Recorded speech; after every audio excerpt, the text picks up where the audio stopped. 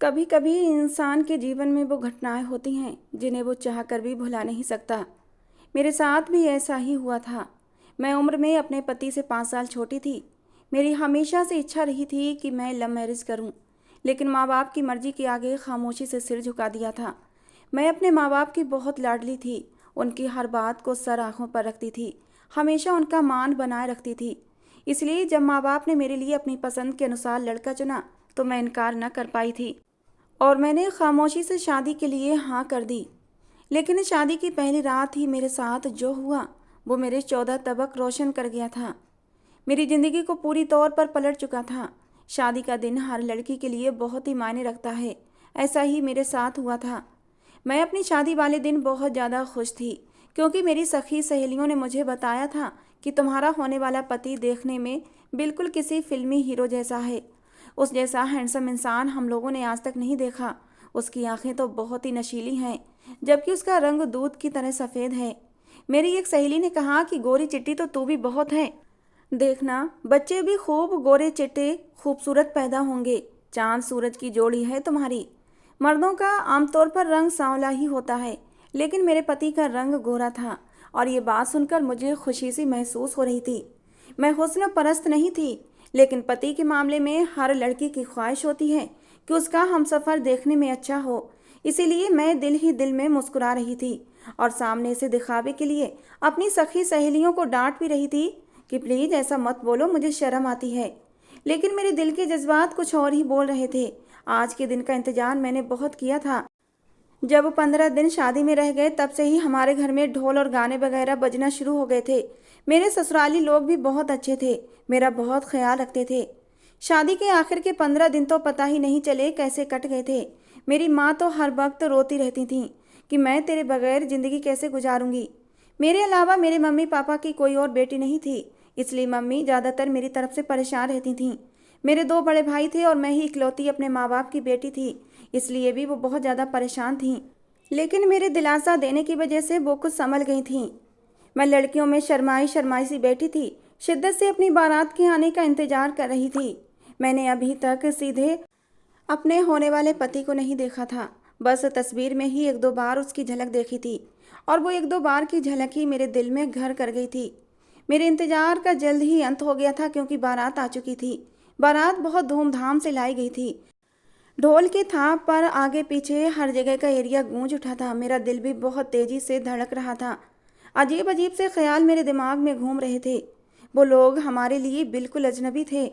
हमारे जानने वालों में से मेरे लिए बहुत रिश्ते आए थे, लेकिन मेरी मम्मी ने उन सभी रिश्तों को इनकार कर दिया था, क्योंकि पहले भी जब मेरे भाई की शादी जान पहचान में हुई थी तो बहुत बातें बनी थीं और कुछ दिन बाद ही मेरी भाभी तलाक लेकर मेरे भाई को तनहा छोड़कर चली गई थीं। रिश्तेदारी में भी खटास पैदा हुई थी। इसीलिए भी मेरी माँ जान पहचान में शादी के खिलाफ थी। थोड़ी देर बाद ही शादी के सारी रस्में पूरी कर दी गई थी और मैं पूरे हक के साथ एक अजनबी आदमी के नाम लिख दी गई थी। मेरे दूल्हा का नाम शिवम था। मेरी सास मुझ पर सदके बारी जा रही थी। मैं अपनी शादी वाले दिन बहुत खूबसूरत लग रही थी। सभी लोग मेरी तारीफ कर रहे थे। सबका कहना था कि दुल्हन पर तो बारात के दिन बहुत ही रूप आया है, लेकिन मुझे तो बस अपने पति से तारीफ सुनने का इंतजार था। मैंने तो अपनी पार्लर वाली की जान खाली थी कि मेरी हर चीज़ परफेक्ट होनी चाहिए। मेरा दुपट्टा ठीक करो, मेरे माथे का टीका ठीक करो, मेरा मेकअप बिल्कुल ठीक से करना, ज़्यादा डार्क ना हो ना ही ज़्यादा लाइट करना। मैंने पार्लर वालियों के सर में दर्द कर दिया था। मेरी तो बस एक ही इच्छा थी कि मैं शिवम को बहुत अच्छी प्यारी लगूं। सभी लोग मेरी इस बेकरारी पर हंस रहे थे, लेकिन मैं क्या करती। मेरा दिल एक अजीब सी हालत से दो चार था। मैं एक अनदेखी मोहब्बत में गिरफ्तार हो चुकी थी, लेकिन मैं नहीं जानती थी इसमें सिर्फ और सिर्फ दर्द ही दर्द है, क्योंकि मोहब्बत हमेशा दर्द देती है और एक तरफा मोहब्बत तो हमारी जान ही ले लेती है। थोड़ी सी रस्मों के बाद ही मेरी सासू माँ ने विदाई की बात मेरी माँ के सामने रख दी थी। हमारी अब भी कुछ रस्में बाकी रहती थीं, लेकिन ससुराल वालों के जोर देने पर मेरी माँ ने विदाई की इजाज़त दे दी थी और मैं अपने भाइयों और अपने मम्मी पापा के आशीर्वाद के साए तले अपने घर से विदा होकर अपनी ससुराल आ गई थी। मेरा हाथ शिवम ने ही थामा हुआ था। मेरा दिल बुरी तरह से धड़क रहा था। ऐसा लग रहा था जैसे मैं किसी अजनबी जहां में आ गई हूँ, जहां पर कोई भी मेरा नहीं है। मुझे शिवम ही इस वक्त अपना महसूस हो रहा था। लेकिन पता नहीं क्यों शिवम का अंदाज भी मुझे अजीब सा लग रहा था। मेरा चेहरा घूंघट के अंदर था। मेरी सास ने कहा था लंबा सा घूंघट कर लेना। हमारे ख़ानदान की पुरानी परंपरा है कि दुल्हन जब तक अपने कमरे में ना चली जाए वो लंबा सा घूंघट निकाल कर रखती है। जिसने भी दुल्हन को देखना होता है घूंघट के अंदर से ही दुल्हन का चेहरा देखता है और चला जाता है। शिवम के साथ अग्नि के फेरे लेते हुए भी मेरे चेहरे पर लंबा सा घूंघट पड़ा हुआ था और यह भी मेरी सास का ही हुक्म था। मेरी सखी सहेलियों ने और मेरे घर में आए सभी मेहमानों ने ऐतराज़ भी किया था कि इस तरह तो शादी की मूवी अच्छी नहीं बन पाएगी, दुल्हन का चेहरा आना चाहिए। लेकिन मेरी सास ने सख्ती से मना कर दिया था कि हमारे ख़ानदान में ऐसा नहीं होता। आपको दुल्हन का चेहरा लेना है तो जब शादी के फेरे हो जाएं, उसके बाद आप अपनी लड़की को बिठाकर जितनी चाहें तस्वीरें और वीडियो बना लेना, लेकिन अभी जब तक दूल्हा और दुल्हन साथ हैं दुल्हन का चेहरा नहीं खुल सकता। मैंने उस वक्त भी लंबा ही घूंघट किया था और इस वक्त भी लंबा सा घूंघट निकाल रखा था। लेकिन मेरी बड़ी इच्छा हो रही थी कि मैं शिवम को एक बार नज़र भर कर देख लूं, लेकिन मैं उसे देख नहीं पा रही थी। घूंघट के अंदर से मैं बस उसका हाथ ही देख पा रही थी जो वह मेरे हाथ को पकड़े हुआ था। खूबसूरत मर्दाना हाथ जिस पर ब्लैक रंग की एक खूबसूरत सी घड़ी बंधी हुई थी। शिवम के हाथ को देखकर ही मुझे अंदाजा हो गया था कि शिवम मर्दाना पर्सनालिटी से भरपूर है। शिवम ने मेरा हाथ तो पकड़ा था, लेकिन ऐसे जैसे उसने किसी गैर का हाथ पकड़ा हो। मुझे शिवम के हाथ से कोई भी अपनापन महसूस नहीं हो रहा था। ऐसा लगता था जैसे उसने ज़बरदस्ती मेरा हाथ पकड़ रखा हो किसी के दबाव में आकर, वरना ये पल तो बहुत ही खास होते हैं। इस समय पति अपनी पत्नी की संगत के लिए तड़पता है, उसे शरारत भरी नज़रों से देखता है, मोहब्बत भरी नज़रों के तीर चलाता है और उसके यार दोस्त उसे चिढ़ाते हैं कि यार बस कर दे, भाभी के ऊपर से नज़र हटा ले, अब ये तेरी ही है, किसी और की नहीं होने वाली। लेकिन मुझे ऐसा कुछ भी सुनने और देखने को नहीं मिल रहा था। दिल में ख्याल आया कहीं ये शादी शिवम की मर्जी के खिलाफ तो नहीं की गई, और ये सोच कर ही मेरा दिल जैसे बैठ सा गया था। मैंने तो शिवम को लेकर ना जाने कितने सपने सजाने शुरू कर दिए थे। शिवम मेरी ज़िंदगी में आने वाला पहला लड़का था। इससे पहले भी मेरी ज़िंदगी में कई लड़के आए थे, मुझसे दोस्ती करना चाहते थे, लेकिन मैं किसी की तरफ अपनी दोस्ती का हाथ नहीं बढ़ाया था। मेरे सारे जज्बात, मेरी सारी मोहब्बत सिर्फ़ और सिर्फ मेरे होने वाले पति के लिए थे। मैं दिल ही दिल में भगवान से प्रार्थना कर रही थी कि भगवान, मैं जो कुछ भी सोच रही हूँ वैसा ना हो सकता है शिवम थकावट की वजह से मेरे साथ ऐसा व्यवहार कर रहा हो। कुछ ही देर बाद शिवम मेरा हाथ पकड़े पकड़े मुझे घर के दरवाजे तक लाया था और उसने मेरे सोचने के ठीक अनुसार ही दरवाजे पर लाते ही मेरा हाथ छोड़ दिया था और ना जाने कहाँ चला गया था। मुझे इस बात का पता भी नहीं था। मेरी सास और नंदों ने ही मुझे घर में दाखिल किया था और मेरी रस्में वगैरह अदा करके मुझे कमरे में बिठा दिया गया था। मैंने महसूस किया था कि मेरी सास और नंदों का व्यवहार मुझसे एकदम बदल सा गया था। अब से पहले जो वो मुझसे मोहब्बत से पेश आ रही थीं, अब एकदम से रूखा सूखा सा व्यवहार हो गया था। मुझे ये सब बहुत अजीब लग रहा था। अचानक से शिवम का चले जाना, उसके बाद सास और नंदों का व्यवहार भी बदल जाना मुझे तकलीफ दे रहा था, लेकिन मैं कुछ भी कहने और करने से इनकारी थी। एक दिन की दुल्हन थी, क्या कर सकती थी, इसलिए खामोशी में ही भलाई जानी थी। पहले मैरिज हॉल में जिस तरीके से मेरी सास और नंदे मेरे आगे पीछे घूम रही थीं, मेरी इतनी परवाह कर रही थीं, अब मेरी तरफ देखना भी गवारा नहीं कर रही थीं। बस जल्दी जल्दी उन्होंने 2-4 रस्में की थीं और मुझे मेरी नंदों ने पकड़कर मेरे पति के कमरे में बिठा दिया था। मैं समझ नहीं पा रही थी कि अचानक से सबको क्या हुआ था। पहले तो सब ठीक था, लेकिन अब ये सब ऐसा रिएक्शन क्यों दे रहे थे। मैं कुछ भी नहीं जानती थी, इसीलिए मैं खामोश ही रही। मैंने सारा ध्यान शिवम की तरफ लगा दिया था। शिवम का ख्याल आते ही दिल की धड़कनों ने फिर से शोर मचाया था। आज की रात मेरे लिए बहुत स्पेशल थी, लेकिन 2 घंटे के इंतजार के बाद भी शिवम कमरे में नहीं आया था। अब तो मुझे नींद भी आने लगी थी कि तभी मुझे किसी के आने की आहट महसूस हुई थी। मैं जल्दी से संभल कर बैठ गई थी। मैंने तो यही समझा था कि शिवम ही कमरे के अंदर आया है, लेकिन मैंने देखा कि कमरे में शिवम की बजाय उसकी बहन आई थी और वो आते ही मुझे देखकर कहने लगी, भाभी आप आराम कर लें, दरअसल भाई किसी काम से बाहर चले गए हैं, इसलिए आज वो रात भर नहीं आएंगे और उन्होंने ही ये संदेश आपके लिए पहुंचाया है कि आपको बता दिया जाए ताकि आप आराम से अपने कपड़े वगैरह बदल कर सो जाएं। मेरा दिल एकदम से ही बुझ सा गया था। मैंने उदास निगाहों से अपनी ननद को देखा। आज के दिन के लिए हर लड़की ने बहुत से ख्वाब सजाए होते हैं, सबके लिए आज का दिन बहुत ही महत्वपूर्ण होता है, लड़का लड़की इस दिन के लिए बहुत ही शिद्दत से इंतज़ार करते हैं। लेकिन शिवम हमारी इतनी ख़ास रात को छोड़कर न जाने किस ज़रूरी काम के लिए चला गया था। मैं उदास हो गई थी, जबकि मेरी ननद ये बोल कर कमरे से जा चुकी थी। मैं तो यही समझी थी शायद मेरी ननद मेरी मदद करेगी लहंगा वगैरह और ज्वेलरी चेंज करने में, लेकिन उसने ऐसा कुछ भी नहीं किया था। बस वो मैसेज पहुंचाकर वो जिस तरीके से आई थी वैसे ही चली गई थी। मुझे बहुत एहसास हो रहा था कि मैं कहाँ आ गई हूँ। मेरी मम्मी मेरे पापा हमेशा ही मेरी फिक्र में परेशान होते रहते थे, और ये लोग कैसे थे जो नई नवेली दुल्हन के साथ ऐसा व्यवहार कर रहे थे। मैं अपना लहंगा संभाल कर उठी और चेंज वगैरह करने लगी। मेरे आंसू मेरी आंखों से बह रहे थे। मैं खुद नहीं जानती थी कि मैं किस बात की वजह से इतना रो रही हूँ। मैं बस अपनी ज्वेलरी उतारती जा रही थी और अपने आंसुओं को बेदर्दी से अपने गालों से साफ कर रही थी। मुझे बेहद अफसोस हो रहा था कि मेरे माँ बाप ने मेरे लिए ये कैसा लड़का पसंद किया है। ये कैसे लोग हैं। जिस आदमी को मेरी आज के दिन ही परवाह नहीं तो वो बाद में मेरी क्या परवाह करेगा। मैं सारी रात इन्हीं सब बातों के बारे में सोचती रही थी। मेरा दिल तो चाह रहा था कि मैं अभी के अभी अपने घर चली जाऊं, लेकिन अपने बूढ़े माँ बाप की शक्ल याद करके मुझे ये सब करने से रोक रही थी। मेरे दिल में ख्याल आया क्यों ना भाई को फ़ोन करके यहाँ के बारे में बता दूँ, लेकिन फिर मैंने खामोशी ही साध ली, क्योंकि वहाँ भी सब लोग परेशान हो जाते। मेरे माँ बाप ने मेरे लिए इतना कुछ किया था, मैं अब और उन लोगों को परेशान नहीं करना चाहती थी, इसीलिए अपने दुख अपने दिल में ही छुपा लिए थे। लेकिन वक्त का काम है गुजर जाना।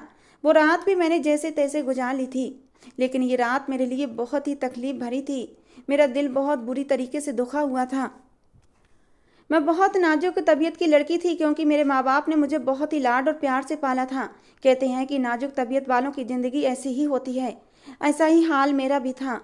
कल सुबह मेरे लिए बिल्कुल भी रोशन नहीं हुई थी। शिवम रात का गया और सुबह भी वापस नहीं लौटा था। मैं कमरे से बाहर आई तो मेरी सास नंदे भी मुझसे नाराज सी लग रही थीं। मुझे हैरानी हो रही थी कि सब मेरे साथ ऐसा रवैया क्यों अपना रहे हैं, जबकि मैंने तो कुछ भी नहीं किया है।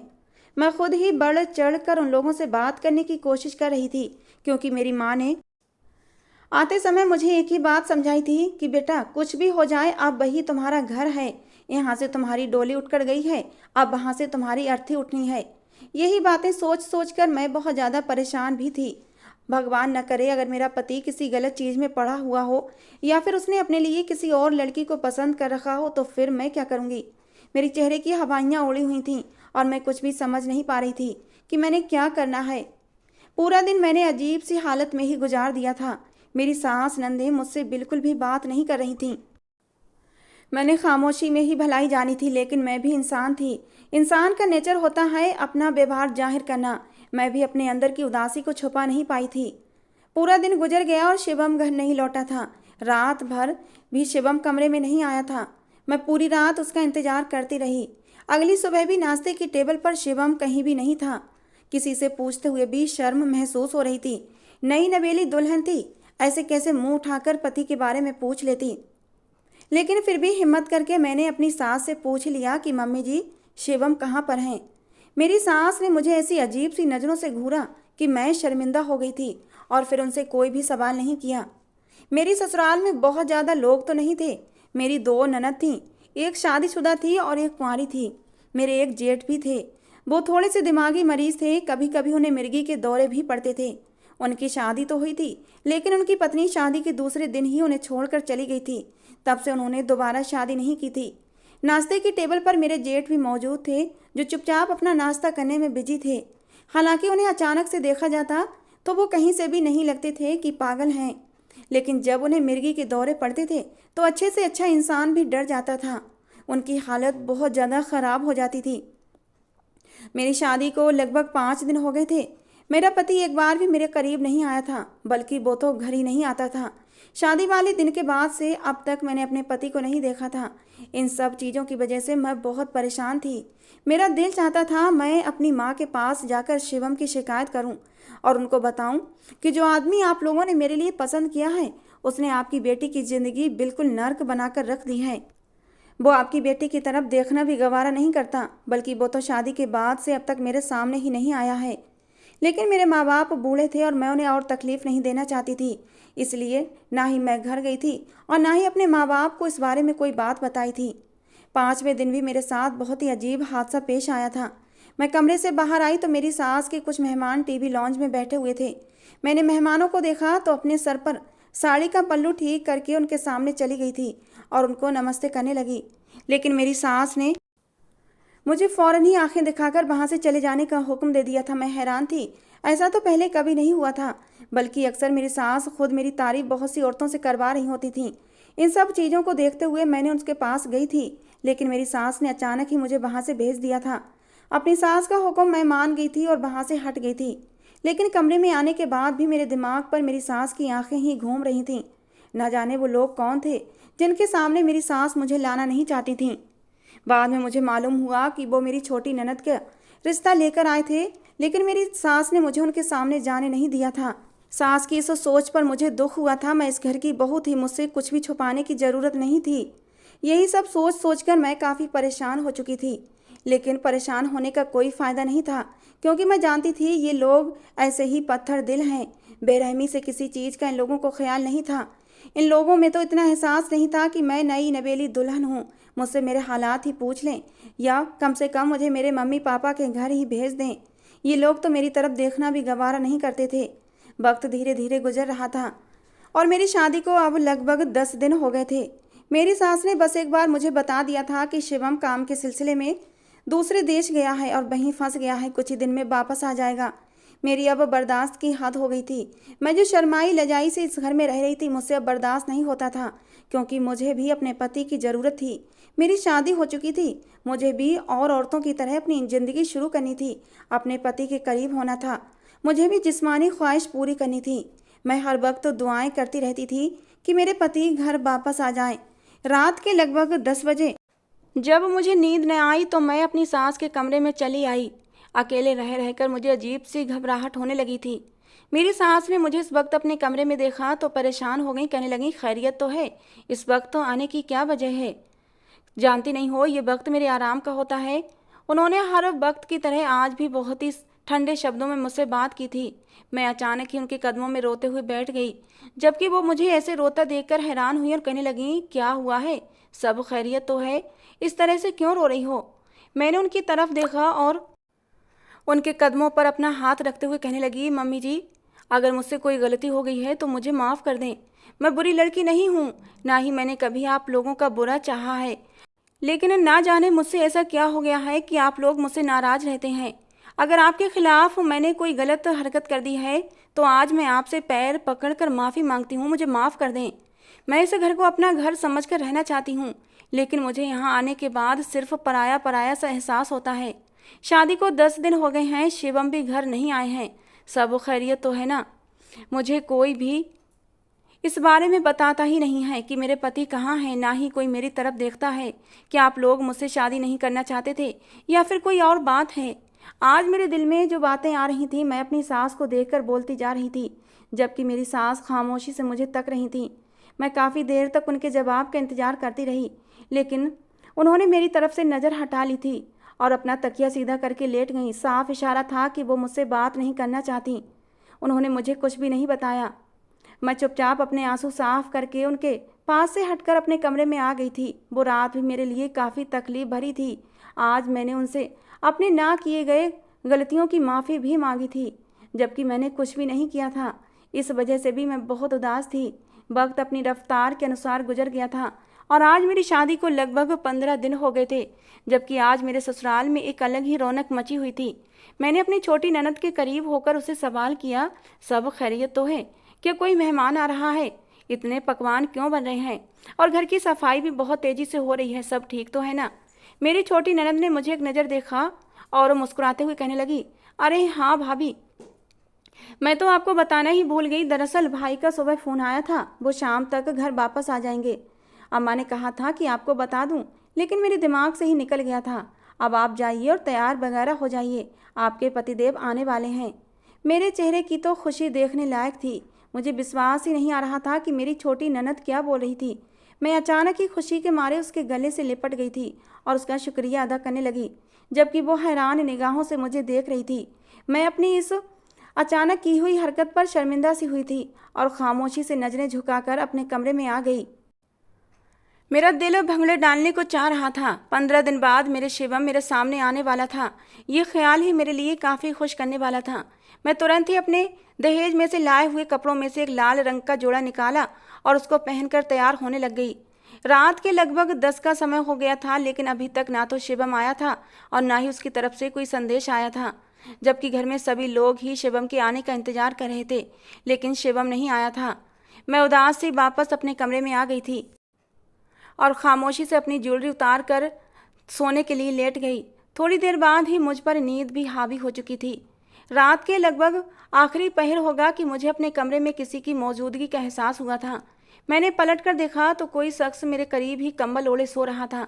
मेरे दिल में एकदम ही हलचल सी मच गई थी, यानी शिवम आ गया था और मुझे इस बात का पता भी नहीं चला था।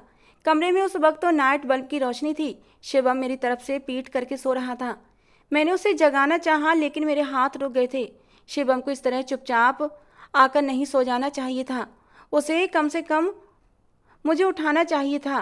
15 दिन से मैं उसका इंतजार कर रही थी और वो चुपचाप आकर लेटकर सो गया था। मुझे शिवम की इस हरकत पर गुस्सा और दुख दोनों हुआ था। मैंने शिवम का कंधा पकड़कर उसे हिलाया भी, लेकिन शिवम ने कोई हरकत नहीं की थी। धीरे धीरे मैं खुद ही शिवम के करीब होती चली गई। 15 दिन की जो तड़प थी, मैं अब शिवम से और ज़्यादा दूर नहीं रह सकती थी। मेरा स्पर्श पाकर शिवम ने करवट ली थी और मैं अचानक ही शिवम के सीने से लग गई थी। शिवम का स्पर्श पाते ही मेरे शरीर में जज्बातों की आग सी लग गई थी। अचानक ही मैंने शिवम के गालों पर अपने प्यार की मोहर लगा दी। मैं फौरन ही उसके गले लग गई थी। मुझे अपने करीब पाकर शिवम भी जाग गया था। 15 दिन बाद मुझे महसूस करके वो भी बह गया था और उसने भी मुझे अपनी बाहों में दबोच लिया था। शिवम के सीने से लगी मैं अपने 15 दिन के सारे दुख दर्द भूल गई थी। अभी वो अपनी हद से आगे बढ़ता कि अचानक ही मैंने उसके सीने पर अपना सर रखा और उसको कहने लगी, क्या आपको जरा भी मेरी याद नहीं आई? मैंने आपको इन दिनों में कितना याद किया था। आपने तो हमारी शादी की वेडिंग नाइट भी ख़राब कर दी। आपके बाद तो मैं यहाँ पर किसी को जानती भी नहीं, सभी मेरे लिए अजनबी हैं। लेकिन आपने ही मेरे साथ इतना बुरा सलूक किया, मुझे तन्हा यहाँ पर दूसरों के सहारे छोड़कर चले गए। क्या मैं इतनी बुरी हूँ, या फिर आप मुझसे शादी नहीं करना चाहते थे? मेरे दिल में जो आता गया मैं बोलती चली गई थी। मैंने इन 15 दिनों में जिस तरीके से अपनी ज़िंदगी गुजारी थी, ये सिर्फ मैं ही जानती थी। हर रात मैं अपनी जिस्मानी ख्वाहिश के लिए तड़पती थी। इसके अलावा भी औरत के न जाने कितने जज्बात होते हैं, कितनी बातें होती हैं जो वो सिर्फ अपने पति से ही कर सकती है। लेकिन जब पति ही मौजूद ना हो तो दिल तो दुखता ही है। मेरे दिल में जो जो आता गया मैं बोलती चली गई थी, जबकि सामने से मुझे कोई भी हलचल महसूस नहीं हुई थी। मैंने अचानक ही सर ऊपर की तरफ उठाकर देखा कि मैं इतनी देर से बोले जा रही थी, लेकिन शिवम ने एक शब्द भी नहीं बोला था। मुझे पता नहीं क्यों किसी अनहोनी का एहसास हुआ था। मैंने जल्दी से साइड टेबल पर रखा लैंप ऑन कर दिया था और जब रोशनी पड़ते ही मेरी नज़र अपने पास लेटे मर्द पर पड़ी तो मेरे होश उड़ गए थे। मेरी चीख निकलते निकलते बची थी, क्योंकि सामने तो मेरे पति के बजाय मेरे जेठ लेटे हुए थे। जेठ को देखकर मेरी चीख निकली थी और मैं किसी अछूत की तरह उनसे दूर हुई थी। मेरे ख्वाबों ख्यालों में भी नहीं था कि मेरे जेठ मेरे साथ ऐसा करने की हिम्मत कर सकते हैं। अगर उन्हें अंदाज़ा हो चुका था कि मैं शिवम समझकर उनके करीब आ रही हूँ तो उन्हें चाहिए था कि वो तुरंत ही मुझसे दूर हो जाते, लेकिन उन्होंने तो हद पार करने की कोशिश की थी। मैं बेयकीनी से उनकी तरफ देख रही थी कि तभी अचानक ही मेरे कमरे का दरवाज़ा खुला था और शिवम, जिसकी शक्ल मैंने सिर्फ तस्वीरों में ही देखी थी, वो मेरे सामने खड़ा था। हम दोनों ही हैरानों परेशान थे। मेरे जेठ भी परेशान हो चुके थे, उनके चेहरे की भी हवाइयाँ उड़ी हुई थीं। जबकि शिवम को सामने देखकर मैं अचानक भागकर उसके सीने से लगी थी, जबकि शिवम ने मेरे सर पर हाथ रखकर मेरे जेठ को खूंखार निगाहों से देखा था। मैं शिवम के सीने से लगी जारो कतार रो रही थी। मुझे यकीन नहीं आ रहा था कि मेरे ससुराल में ऐसा भी काम हो सकता है। जबकि मैं कुछ कहती इससे पहले ही शिवम ने अपने भाई को गिरेबान से थाम कर कमरे से बाहर निकल गए थे, जबकि मुझे कमरे में रहने की कहकर वो खुद बाहर गए थे। और उसके बाद मुझे काफ़ी देर तक बाहर से चीखने चिल्लाने की आवाज़ें आती रही थीं। शायद शिवम अपने भाई पर बेतहाशा गुस्सा कर रहा था कि उसकी हिम्मत कैसे हुई उसकी बीवी के करीब जाने की, जबकि मैं कमरे में हैरानों परेशान बैठी थी। थोड़ी देर बाद ही शिवम कमरे में आए थे और मुझसे एक बार सीने से लगाकर माफ़ी मांगने लगे। कहने लगे, मेरे भाई दिमाग से थोड़े पागल हैं, उनके पास इतनी समझ बूझ नहीं है। वे अक्सर ही अपनी उस नई नवेली पत्नी का ख्याल करके, जो कि शादी के कुछ दिन बाद ही उन्हें छोड़कर चली गई थी, किसी भी औरत के करीब हो जाते हैं। आज भी उन्होंने यही किया था। वे तुम्हें भाभी समझकर तुम्हारे करीब हुए थे, लेकिन मैं अपनी हर गलती की माफ़ी चाहता हूँ। मैं जानता हूँ कि तुम मेरी गैर मौजूदगी में बहुत उदास थीं। मेरी माँ और मेरी बहनों का रवैया भी तुम्हारे साथ बहुत ख़राब था, लेकिन मैं मजबूर था। मुझे काम के सिलसिले में विदेश जाना था। असल में वहाँ मेरी मासी रहती हैं और उनके बेटे को किसी ने झूठे ड्रग्स केस में पुलिस के हवाले कर दिया था और इस सिलसिले में मुझे विदेश जाना पड़ा। मेरा इरादा जाने से पहले तुम्हें बताना था, लेकिन जल्दबाजी में निकलने की वजह से सिर्फ मैंने माँ को ही ये बात बताई थी, जबकि मेरी माँ का कहना था कि तुम्हारे पाँव अपशगुन हैं। तुम्हारे घर में कदम रखते ही उनकी बहन के घर पर मुसीबतें आना शुरू हो गईं और उनका बेटा उनसे 15 दिन के लिए दूर हो गया है, इसीलिए वो तुमसे खफा थीं। इसके अलावा बस और कोई बात नहीं थी। जबकि अपने पति को सामने देखकर मैं सारी रंजिशों को भूलकर उनके सीने से लग चुकी थी और उनसे अपनी हरकत की भी माफ़ी मांगी थी कि मुझे आपके भाई का चेहरा देख लेना चाहिए था ताकि मुझे गलतफहमी न होती। जबकि शिवम काफ़ी खुले दिमाग के आदमी थे, उन्होंने मेरी इस हरकत को माफ़ कर दिया था। मुझे अपनी बाहों में समेटकर मेरे माथे को चूम लिया था। कहने लगा, तुम्हें माफ़ी मांगने की ज़रूरत नहीं है, गलती तो मेरी ही थी। आज की रात हम दोनों के लिए बहुत ही स्पेशल थी और हम दोनों पति पत्नी ने एक अच्छी ज़िंदगी की शुरुआत की थी। जबकि मेरे पति के कहने के ठीक अनुसार अगले दिन से ही मेरी सास नंदों का व्यवहार भी मुझसे अच्छा होता चला गया था। दोस्तों, आज की हमारी कहानी कैसी लगी ज़रूर बताना। पसंद आई हो तो प्लीज़ लाइक करना और कहानियाँ सुनने के लिए हमारे चैनल को भी सब्सक्राइब करना।